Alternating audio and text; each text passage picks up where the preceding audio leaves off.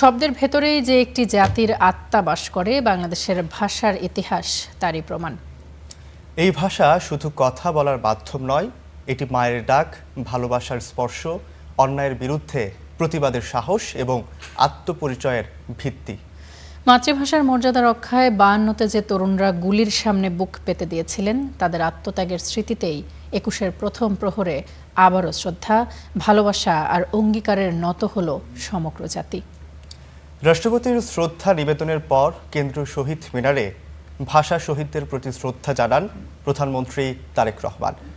সরকারের তরফ থেকে উচ্চারিত হল 21-এর চেতনায় গণতন্ত্রকে সমুন্নত রাখার প্রতিজ্ঞা।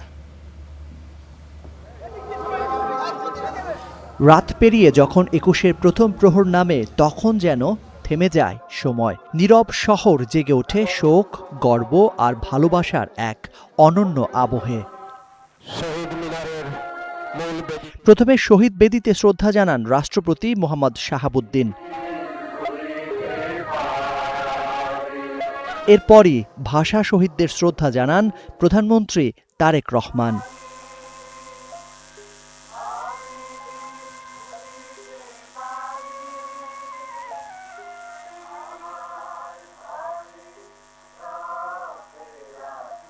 এ সময় তার সঙ্গে ছিলেন মন্ত্রিসভার সদস্যরাও।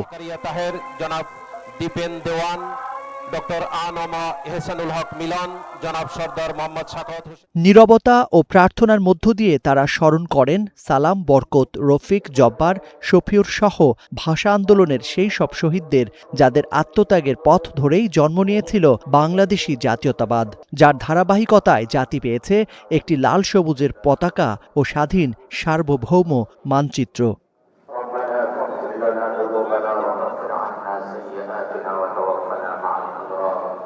পরে জিয়া পরিবারের পক্ষে ভাষা শহীদদের শ্রদ্ধা জানান প্রধানমন্ত্রী তারেক রহমান। এ সময় তার সঙ্গে ছিলেন তার স্ত্রী জুবাইদা রহমান ও কন্যা জাইমা রহমান।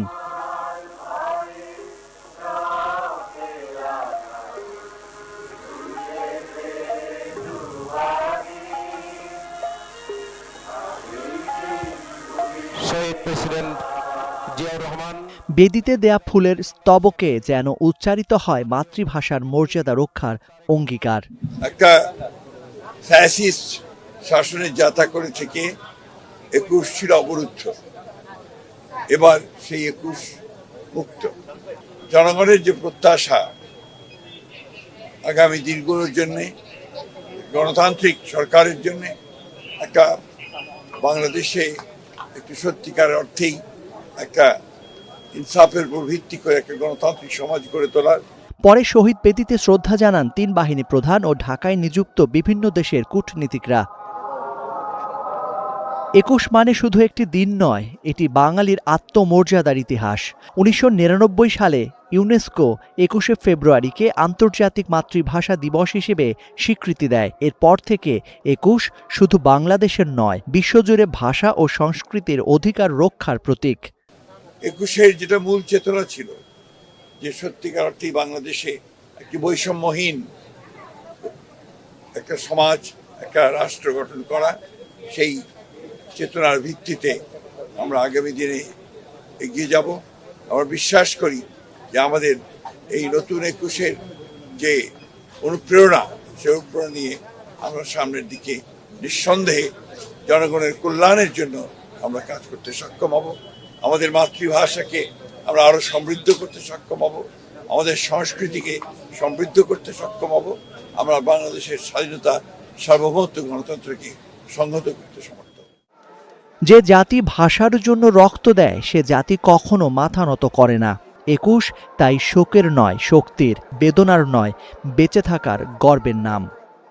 পাঁজরের প্রতিটি হাড় যেখানে হয়ে ওঠে অদম্য প্রাচীর, সেখানেই মাতৃভাষা বাংলাকে পরম যত্নে লালন করে প্রতিটি বাংলাদেশী। এই ভাষার পরতে পরতে জড়িয়ে আছে আবেগ, আত্মপরিচয় আর ইতিহাসের গভীর দায়বোধ, যা এই জাতিকে সাহস ও শক্তি যোগায় অন্যায় অবিচারের বিরুদ্ধে মাথা উঁচু করে দাঁড়াবার।